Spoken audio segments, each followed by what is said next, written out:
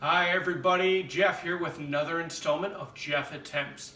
So I was trying to think of a good way to illustrate why you shouldn't run your air conditioner when it's cold out. At times like this in Minnesota where you can wake up in the morning and it's really cold out, and by the afternoon it's 80 degrees, it's really tough to fight the temptation to run your air conditioner. But the reason why you shouldn't run the air conditioner, well actually before we talk about that, I did a little bit of a teaser in saying that there's a connection between your air conditioner and bacon.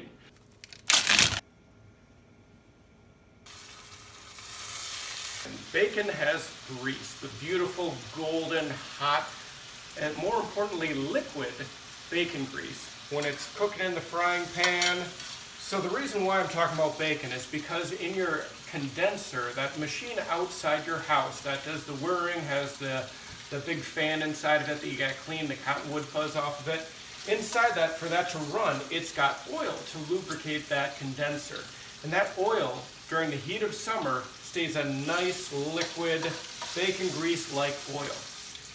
HVAC professionals remind me that with the oil, it doesn't work as well. It doesn't protect the condenser in the cold of winter. They say that if it's been 3 or 4 days of 60, 65 degrees weather or colder, it can actually damage the condenser because the oil, much like you might find with cold bacon grease, just like your cold oil in your condenser, is thick, is gooey, and doesn't protect. Not like you got with the beautiful liquid bacon grease right off the bacon.